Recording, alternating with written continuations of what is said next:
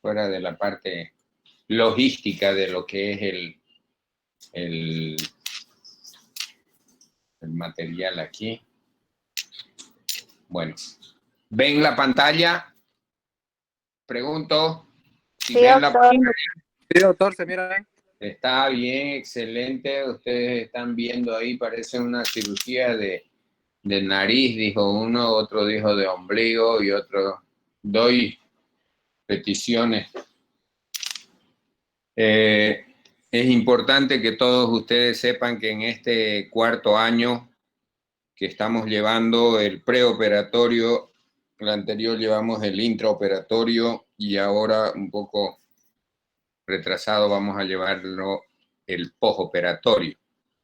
Quiero invitarlos a ustedes a que puedan realizarme cualquier tipo de pregunta durante el transcurso de esto, ya que por la hora avanzada no puedo obligarlos también a que ustedes demoren un poco. Es por eso que vamos a desglosar esta clase en dos temas, o sea, vamos a pasar hoy y mañana. Hoy día pasamos la mitad y mañana la otra mitad.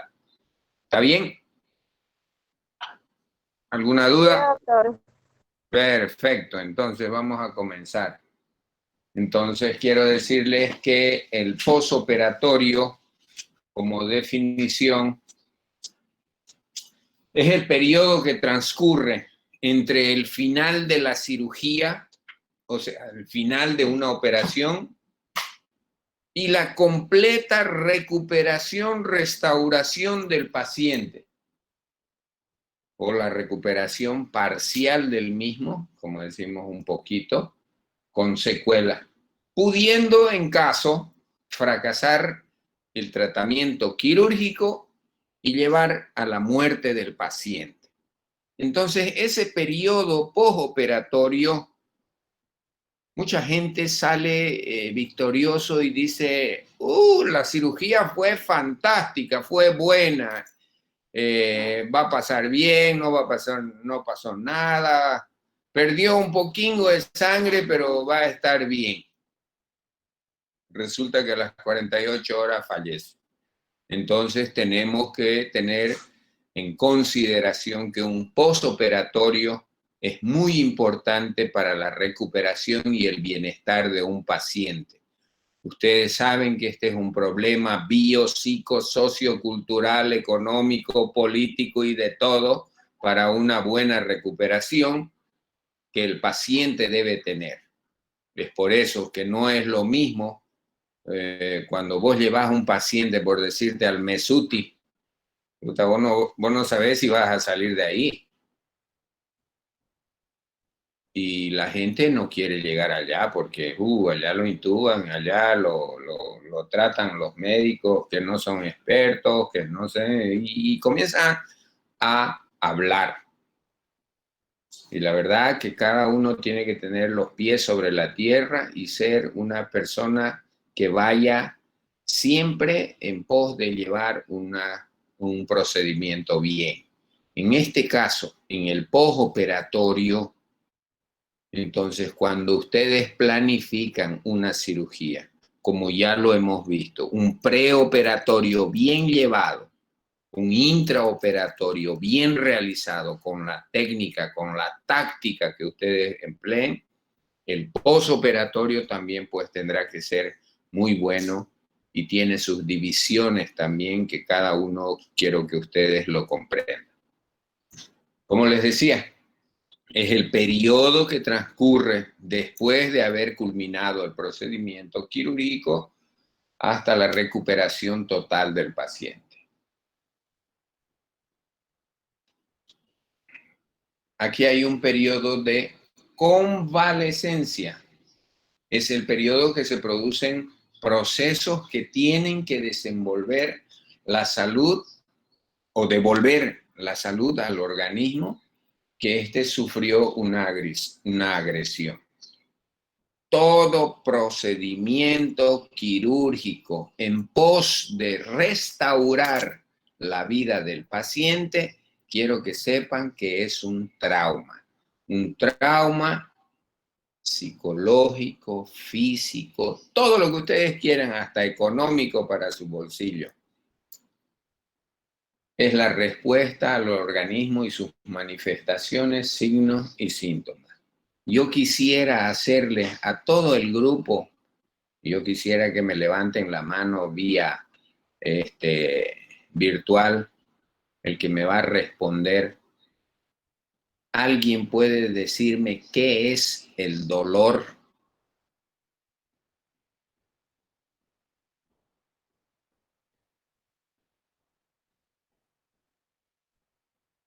Pregunta.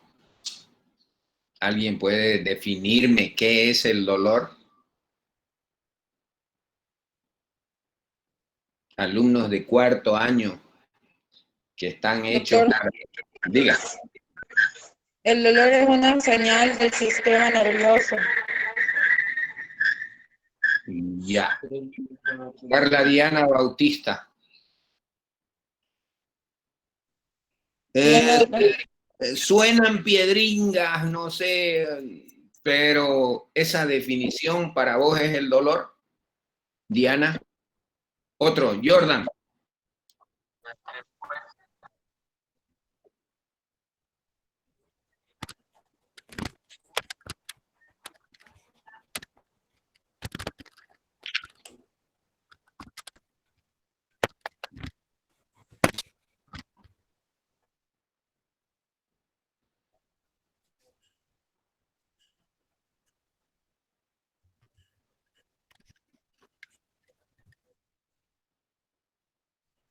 Y el dolor puede ser agudo, puede ser... Espere.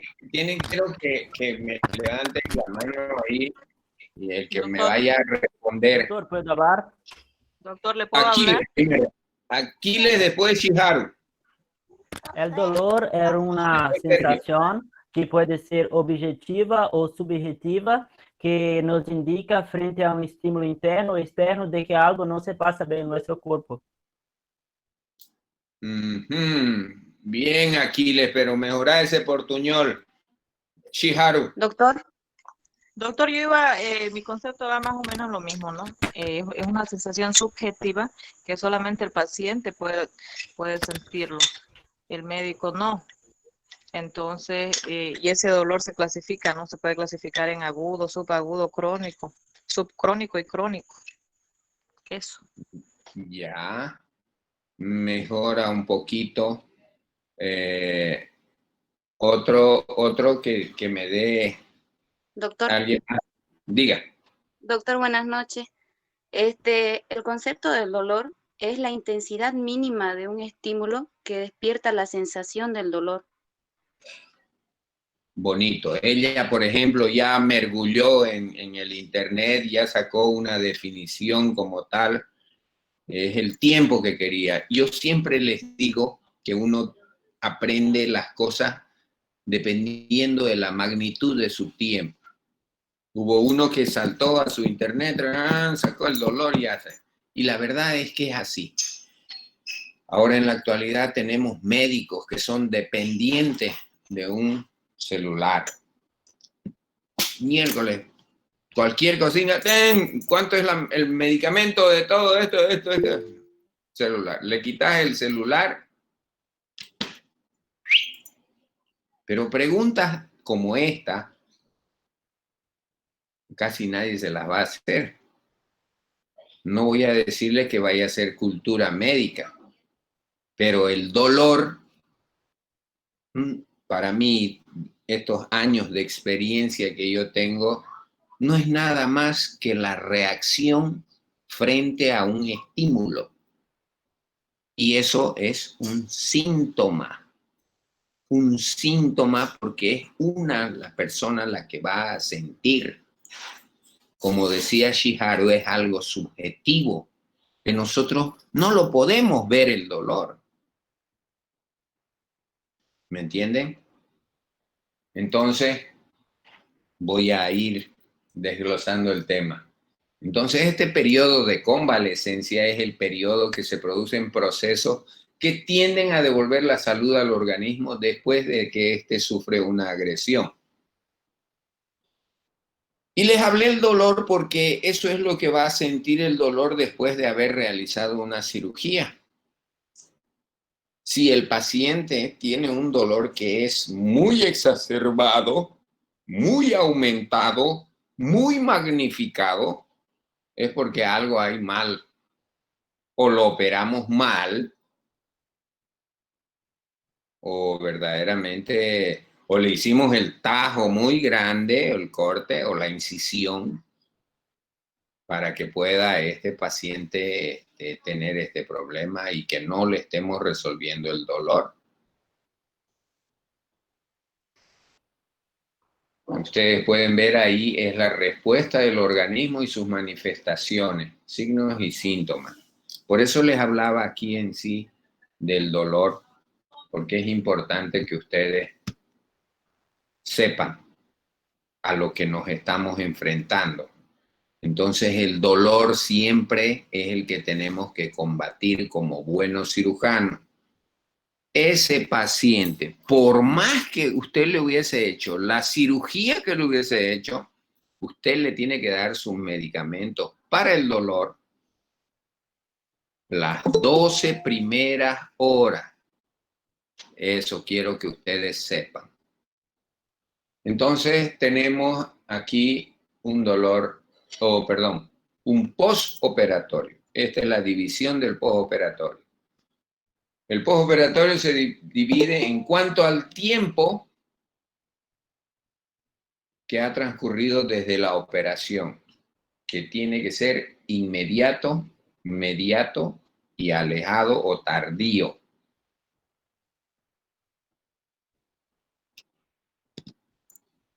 En el postoperatorio inmediato, quiero que sepan que hay que tener una visión desde el momento que reciben al paciente o bien a una sala de terapia intensiva o bien a una sala de recuperación de cuidados intermedios o bien a su sala donde él pertenecía del departamento de cirugía. Entonces, primordial, un control, signos vitales, presión arterial, pulso, respiración, muchas veces tienen la infraestructura de poderles proporcionar un monitor multiparamétrico en el cual le pueden evaluar fuera de todo esto la saturación de oxígeno, la capnografía y pues más que todo la monitorización de este paciente, porque tenemos que ver que implica muchas cosas el que tenga unas sondas, que tenga unos drenajes, sondas nasogástricas, sondas vesicales, sondas rectales, tal vez drenajes percutáneos a través de la pared hacia el abdomen, dependiendo de la cirugía que se haya realizado, la irrigación vesical continua cuando se hace una operación de próstata.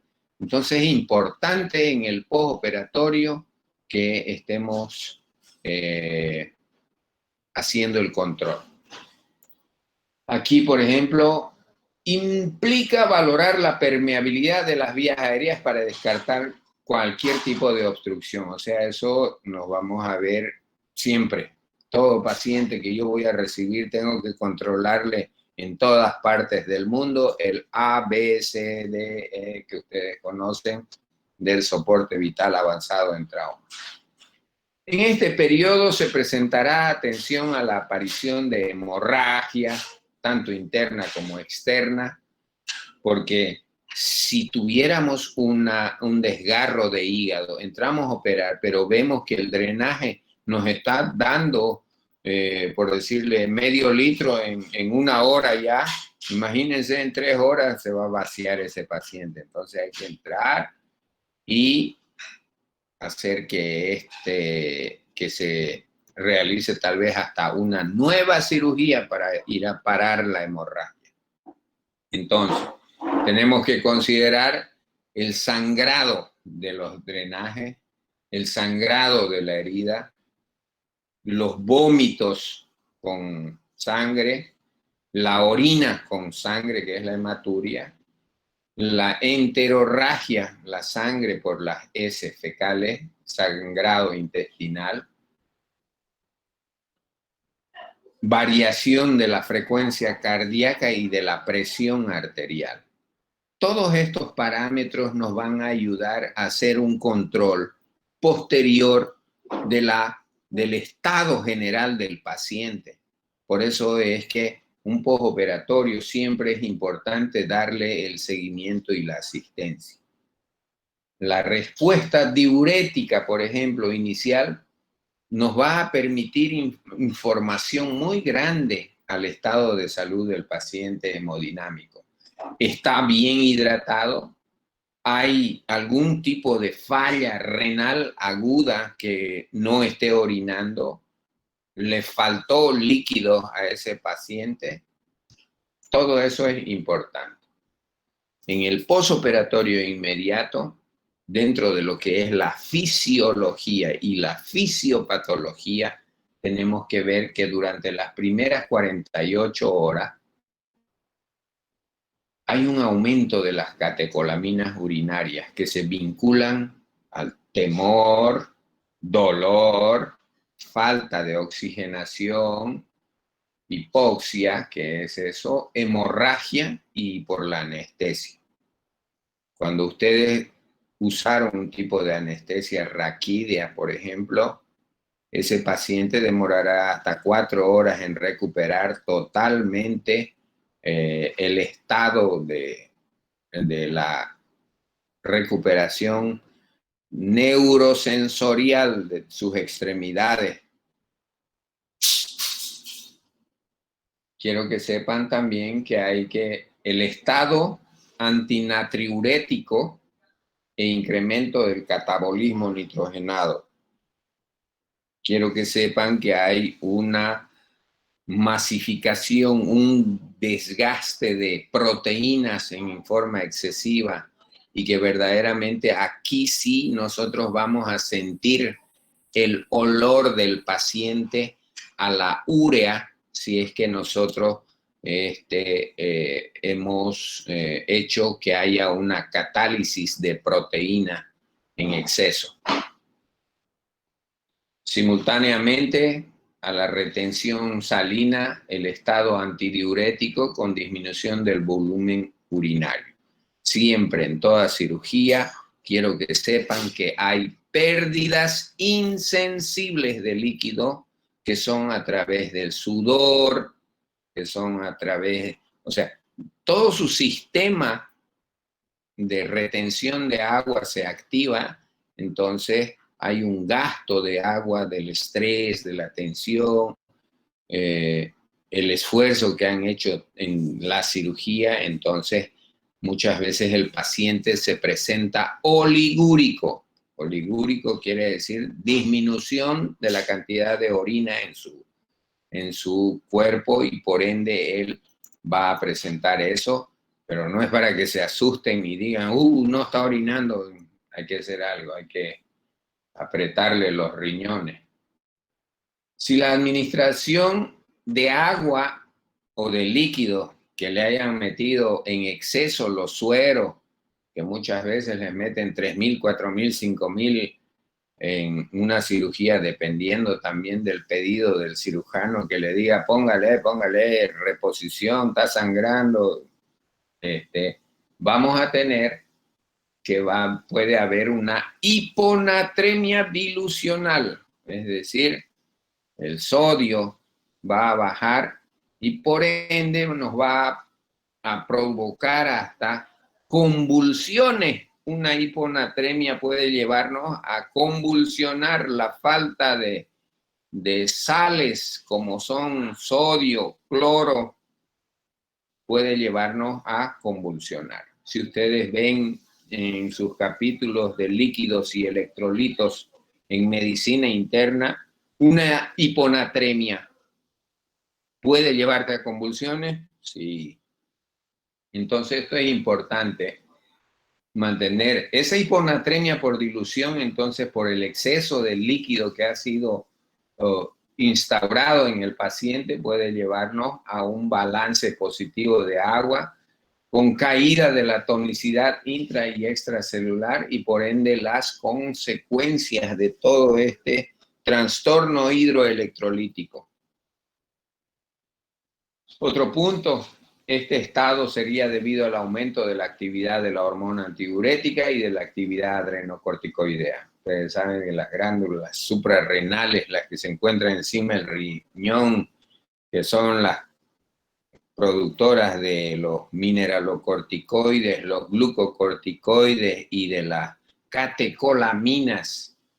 Esta glándula adrenal es la del estrés, la de la tensión, la de la preocupación y por ende de nuestra homeostasis, del equilibrio interno de nuestro cuerpo, la cantidad de líquidos, tanto los solventes y los solutos que vamos a manejar en forma posoperatoria. Entonces, la diuresis aumentada que suele presentarse 3-4 días después pone en evidencia este balance hidrosalino positivo existente en la primera etapa. Entonces, todo tiene que ser fríamente calculado en base al requerimiento por metro cuadrado de superficie corporal de nuestro organismo para que el paciente tenga una recuperación adecuada. Respuesta orgánica a la intervención quirúrgica. Según Moore, hay una primera fase que es adrenérgica. Les hablo de esto que es importante y sáquenle aunque sea una foto, porque esa va a ser una pregunta de examen también, que me gusta colocarlo siempre, porque tiene aquí lo que les estaba avisando. ¿Qué es la función de la glándula adrenal en una primera fase? Adrenérgica corticoidea, o fase de lesión, le decimos nosotros, que dura 1 a 3 días y que el enfermo siempre va a estar aburrido, apático, o por no decir antipático. Un pulso que está acelerado, taquisfícnico. Un peristaltismo intestinal disminuido, ojo, disminuido el peristaltismo intestinal, flojo, perezoso. Un balance negativo de nitrógeno, un balance negativo del potasio, un balance positivo de sodio, un balance positivo de cloro. Hay una disminución de los eosinófilos. Hay un aumento de la glucogenólisis. Gastamos nuestras reservas del hígado, que son nuestra fuente de glucógeno.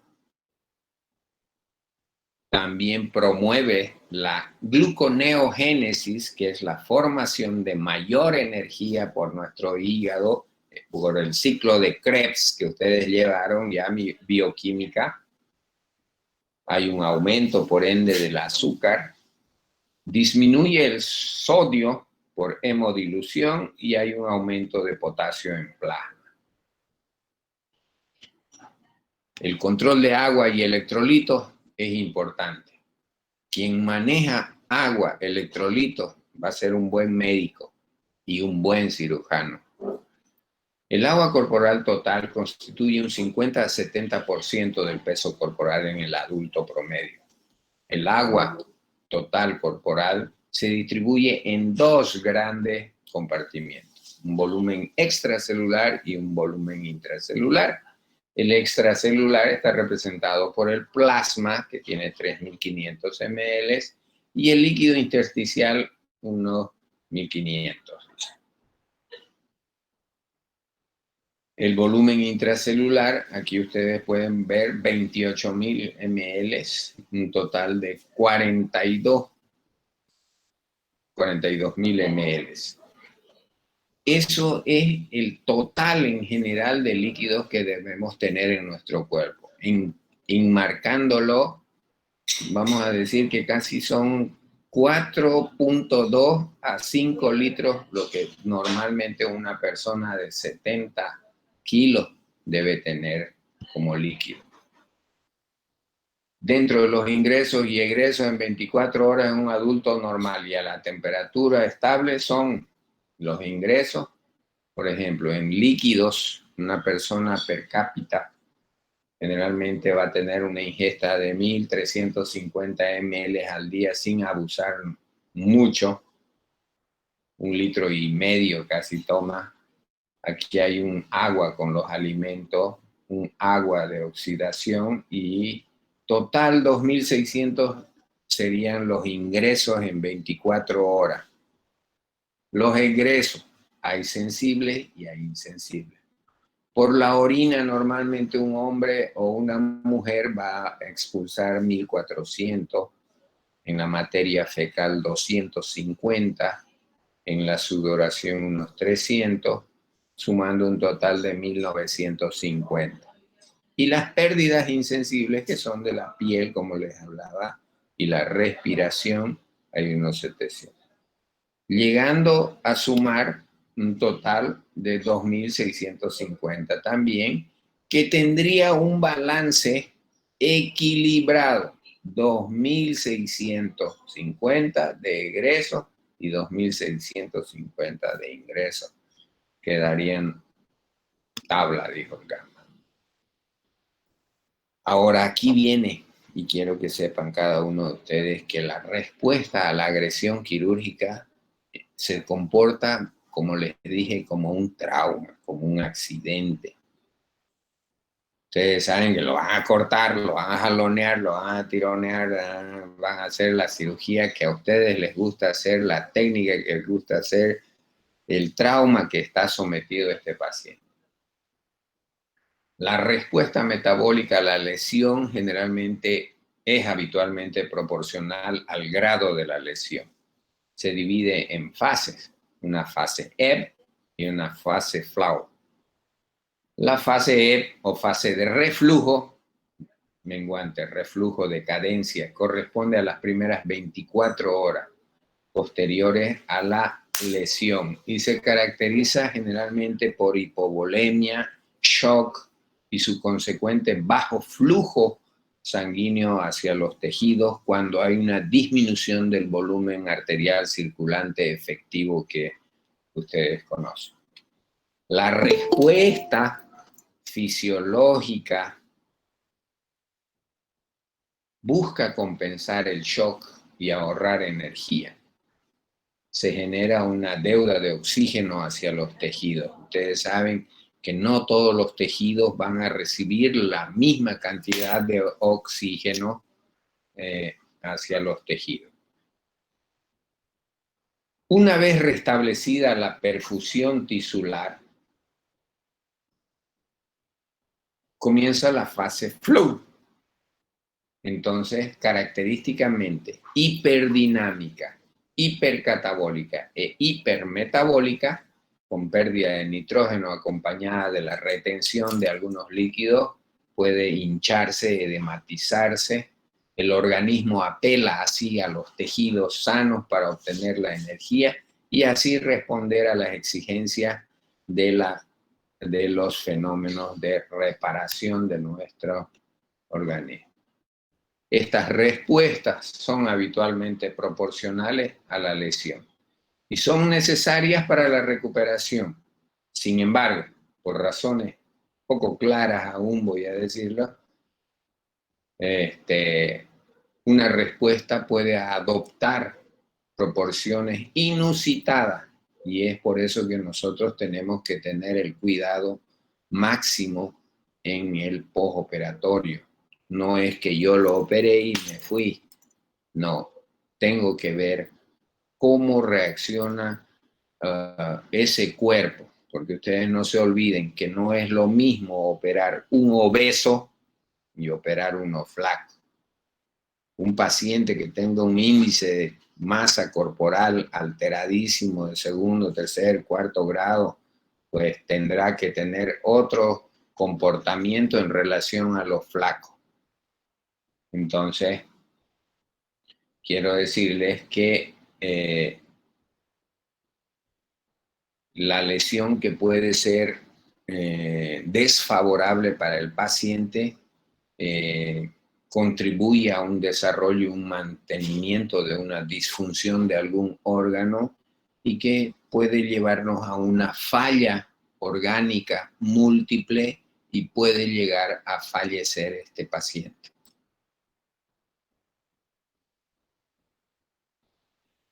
Aquí tenemos la fase F y la fase FLAW, son fases de respuesta metabólica de la lesión. Ustedes pueden ver cada uno de estos acápites, es los que nos van a representar la emergencia metabólica. Como decíamos en un principio, este es un cuadro, un algoritmo de lo que ya les he presentado. Entonces, todas estas fases es importante que ustedes conozcan y que la desglosen uno por uno y que sepan qué hay, qué ha aumentado, qué ha bajado, qué es. Y esto tienen que tener conocimiento de medicina interna. Ustedes saben que todos los pacientes que generalmente recuperan, que van a una recuperación, pues tenemos que manejar el medio interno de ese paciente.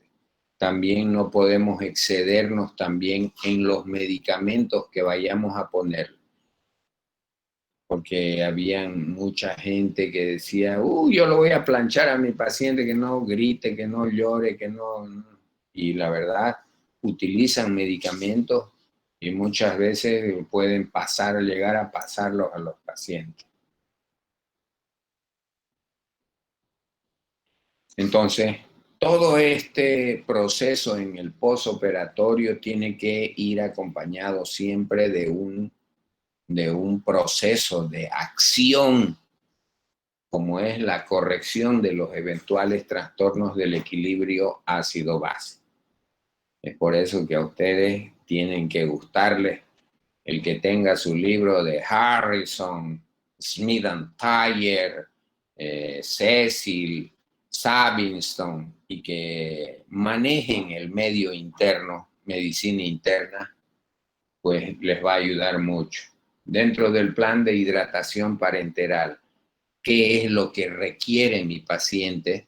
Ustedes van a ver que hay una hidratación parenteral. Debe completarse la corrección de los eventuales trastornos del equilibrio ácido-base. No se olviden que un paciente, al sufrir esa agresión intraoperatoria, el que controla normalmente esto y la cantidad de líquidos que pone, usted no está sabiendo, pero el anestesiólogo tiene una función y es controlar la parte médico interna. Él le está poniendo la cantidad de líquidos que él requiere por la anestesia que le ha realizado.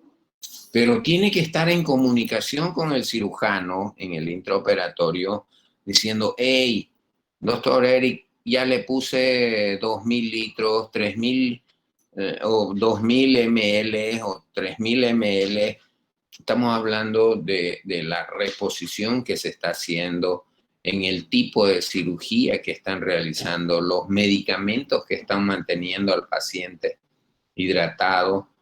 Y yo tengo que comunicarle, doctor, perdí 1 litro ya o medio litro de sangre aquí.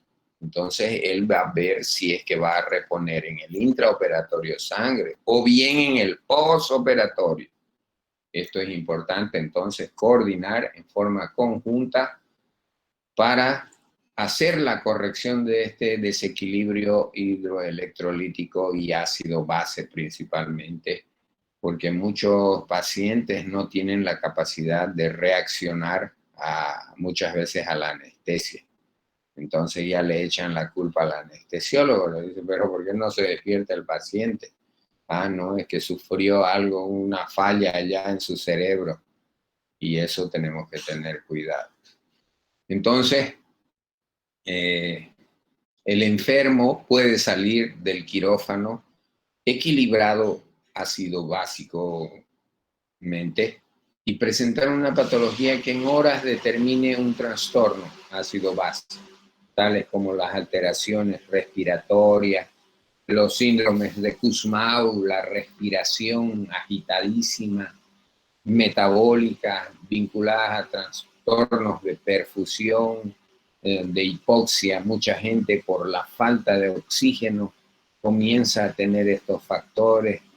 Ustedes tienen que tener un paciente bien preparado, que no sea ansioso y que después que esté recuperando de la anestesia comience a gritar. todo eso hay que estar netamente controlando, pero esto es lo más valioso, la corrección de estos eventos. Otro posible desequilibrio puede ser debido a la pérdida digestiva del hidrógeno o del bicarbonato que evitaremos mediante una reposición acorde al ritmo de pérdida que nuestro anestesiólogo nos dé la pauta para corregir. En el postoperatorio inmediato, ojo, tenemos que hacer el control de los desequilibrios, tenemos que controlar la diuresis, tenemos que controlar la fiebre, tenemos que controlar las alteraciones hidroelectrolíticas. Pero doctor, está con fiebre. Ajá. Esa fiebre puede ser de origen central, no solamente por que, digamos, operamos un apéndice, tenía pus. Ese paciente necesariamente tiene que hacer una fiebre. No se olviden de la septicemia. Esa bacteria causante de la peritonitis, apendicitis, ha ingresado al torrente sanguíneo y ha liberado las citoquinas, las toxinas, las enzimas, el óxido nitroso, que pueden provocarnos hipotensión y mucha fiebre. Entonces hay que estar normalmente corrigiendo este tipo de alteraciones hidroelectrolíticas y el comienzo de la función intestinal. Cuando se hace diferente tipo de anestesia. Cuando se hace la anestesia raquídea, voy a decirle a grandes rasgos, el intestino generalmente queda paralizado, al igual que tiene que ir recuperando el movimiento de las piernas. Cuando es raquídea, igual de esa misma forma el intestino queda paralizado. Posoperatorio alejado o posoperatorio tardío. En este periodo tenemos que priorizar el control de lo que es la nutrición, el cuidado de las infecciones que pueden darse. Tenemos que ver la evolución de la cicatrización de la herida. Esta evolución tiene que basarse en la enfermedad que hemos tratado. Si lo hemos operado de una hernia, pues hay que hacer que este señor no haga mucho esfuerzo. Y el tratamiento coadyuvante, que normalmente serán las medidas higiénico-dietéticas que son saludables para un posoperatorio tardío o alejado. La valoración posanestésica. Esto se hace durante el manejo de los pacientes tras que ha ocurrido un procedimiento quirúrgico. Todo enfermo que haya sido sometido a anestesia general, regional o vigilancia anestésica monitorizada debe recibir los cuidados anestésicos apropiados. SEDAR es la Sociedad Española de Anestesia y Recuperación y la ASA es la American Society de Anestesiología. Todos estos procesos normalmente tienen que ir de la mano de todo lo que son los cuidados del anestesiólogo.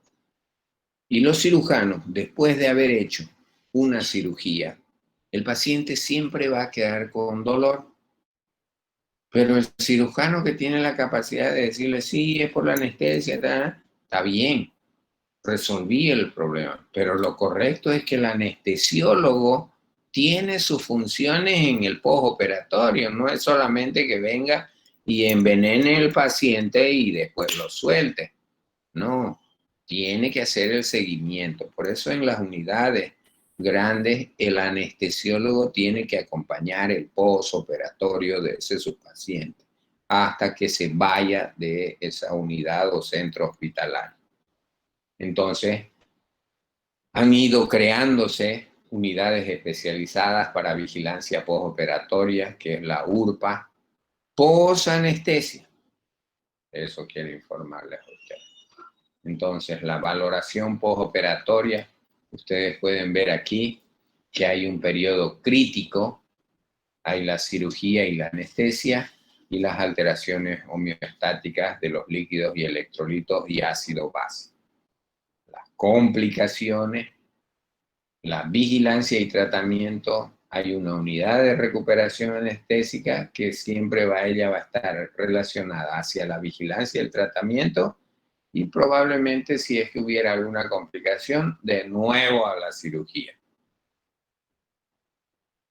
Traslado. Esto es importante. ¿Cuándo hay que trasladar? Cuando las vías respiratorias estables, permeables, ventilación, oxigenación y hemodinámica es adecuada. Váyase, señor. Puede ir a sala si es que está saliendo de un centro de cuidados intermedios o de terapia. Tiene que ir a otra sala que tiene menos riguroso su control, pero que siempre tenemos que manejar las medidas higiénico-dietéticas y el equilibrio hidroelectrolítico y ácido base. Problema: distancias, ascensores, obstáculos, personal no entrenado, ausencia de medios. Eso son factores negativos en una institución que pues nos llevan a tener dificultades cuando hay el traslado de los pacientes hacia su destino de otro servicio, donde en el transporte del paciente puede sufrir un movimiento que no deseado o una caída, vamos a decirlo así, que puede alterar toda la cirugía del paciente. Siempre acompañado por un anestesiólogo, porque ustedes han visto que la mayoría de todos los accidentes habidos y por haber, siempre a veces el propio paciente por un traumatismo craneoencefálico se puede asfixiar por su propia lengua. Entonces el anestesiólogo, como sabe que el paciente está en una fase de respiración, muchas veces le pone la cánula de mayo y dice, él va a ventilar bien, ya llévenselo. Y allá él espontáneamente pues la va a botar la cánula y esos miedos tenemos que tener cuando tenemos o solicitamos que siempre vaya acompañado por un anestesiólogo. La evaluación y monitorización tienen que ser constantes tanto por el personal de enfermería, auxiliares, licenciados, médicos, anestesiólogos, todo eso. Y el soporte adecuado de la condición del paciente. Aquí ven ustedes, ahí está el anestesiólogo. Después de haber realizado la cirugía, él sigue cuidando del paciente con su control, con su monitorización. Y el tratamiento, ustedes pueden ver ahí, está con su corazón y profilaxis de complicaciones, está su inyección. Muy bonito. En la unidad de recuperación posanestésica, lo único que solicitamos es que del quirófano vaya a cuidados intermedios o la externación de una cirugía ambulatoria o la sala de internación convencional.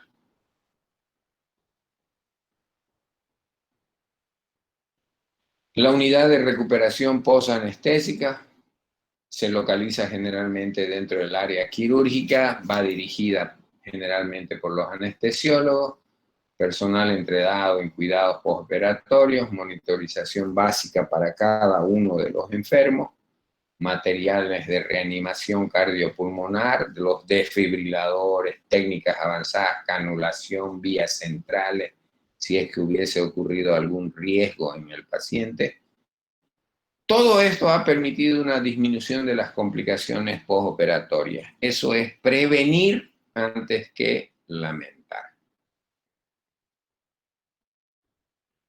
Llegada a reanimación, todo paciente, siempre por ATLS, quiero que sepan que tienen que hacer reevaluaciones constantes. documentar el estado del paciente a su llegada, si vino bien con el corazón latiendo, tenía 80, tenía 96% de saturación de oxígeno, comenzó a bajar. Todo eso son factores multiparamétricos que tienen que llevarte a la evolución del paciente que vas a tomar en cuenta en el postoperatorio. El anestesista permanecerá en la unidad hasta que la enfermera responsable se haga cargo del paciente. Allí el anestesista tiene que ser amigo de la anestesia, de la enfermera, porque si no la enfermera, por hacerle algún mal, puede taparle la nariz y hacer que el paciente no ventile bien y vamos a tener complicaciones. Información a la enfermera y anestesista encargados del paciente, eso generalmente va por parte del cirujano, que fuera de la afiliación, antecedente personal del paciente, tipo de intervención, anestesia, complicaciones, órdenes médicas especiales, es la que da el cirujano. Usted, cirujano que vaya a realizar la cirugía, tiene que coordinar bien con todo ese personal. Tratamiento. Las medidas generales, usted tiene que tener una posición donde, cómo lo va a dejar a ese paciente. Ustedes pueden ver su posición, monitorización de los signos vitales, oxigenación, ventilación, vigilancia de drenaje, heridas quirúrgicas, sangrantes, no sangrantes, recuperación de los bloqueos neurológicos, la seroterapia y nutrición, sueroterapia, vamos a decir, según el paciente, requiere más líquidos, no requiere, eso es lo que vamos a hacer. La medicación, ustedes saben que siempre tenemos que prevenir las úlceras de estrés. Mucha gente, estas úlceras de Curling, le dicen a aquellos que tienen gastritis y que entraron con miedo al quirófano, siguen con miedo en el intraoperatorio y después de la cirugía siguen con miedo. Entonces esos pueden hacernos unas úlceras gástricas. Para eso está este bloqueante H2, que es la ranitidina, las profilaxis de la trombosis pulmonar, la trombosis venosa periférica, siempre el tratamiento analgésico, su antibiótico terapia. Las posiciones, vamos a desglosar cada uno de estos puntos. La posición de Fowler, Trendelenburg invertido. Todo esto va a depender de qué, del tipo de anestesia que se le ha realizado al paciente, la intervención quirúrgica que se ha realizado y el estado hasta anímico del paciente, voy a decirles así.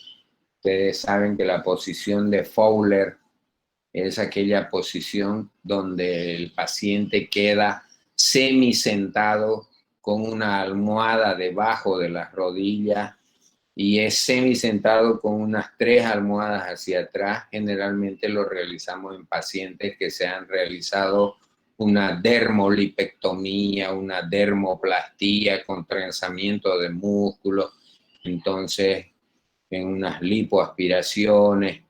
En esa posición siempre se quedan las pacientes. De Trendelenburg a todos aquellos pacientes que hayan sido colocados boca abajo con los pies hacia arriba. Y la de Trendelenburg invertido cuando es en una posición recta pero con la cabecera hacia arriba. Hay muchas cirugías que se realizan en la actualidad y que una de las posiciones que es de la de Trendelenburg invertido se ha visto es en muchos pacientes en las ciudades europeas, perdón, en los países europeos, han visto que en esta pandemia se los ha mantenido de pie y con su aparato aquí por el problema de las lesiones pulmonares que nos produjo este COVID-19. Cuidados inmediatos al salir el paciente de quirófano, siempre, controles respiratorios, controles cardiovasculares, pulso, tensión arterial, presión venosa central y los controles de la temperatura. Las complicaciones más importantes, las respiratorias, que es la falta de aire, no respira porque se atragantó con la lengua. Tenemos que hacer maniobras para permeabilizar la vía oral. Hemodinámica, les hablo de la hipotensión de los líquidos y electrolitos y las alteraciones ácido-base que habíamos hablado. En el sistema nervioso central no es lo mismo operar una persona joven que una senecta que tiene este problema. Náuseas y vómito, efecto de la anestesia, y quiero darle la hemorragia. Ustedes saben que la cantidad y la velocidad y la localización de las lesiones que vayamos a tener. Querida gente, creo que voy en la mitad del tema. Vamos a dejar esta segunda parte del postoperatorio. Mañana vamos a reincorporarnos a nuestros 60 alumnos que tenemos. La venganza del postoperatorio. No les voy a permitirme hacer preguntas ahorita, pero sí quiero que vayan preparándose unas preguntas para mañana. Muy agradecido por la tolerancia y esperemos reunirnos mañana a las 7:30, 8 de la... Voy a estar por aquí como Peto Mocochinchero. Les deseo buenas noches y vayan a estudiar, gente linda. Gracias. Buenas noches, doctor. Hasta luego, Gracias. doctor. Que tenga buenas noches. Hasta luego, buenas noches. Buenas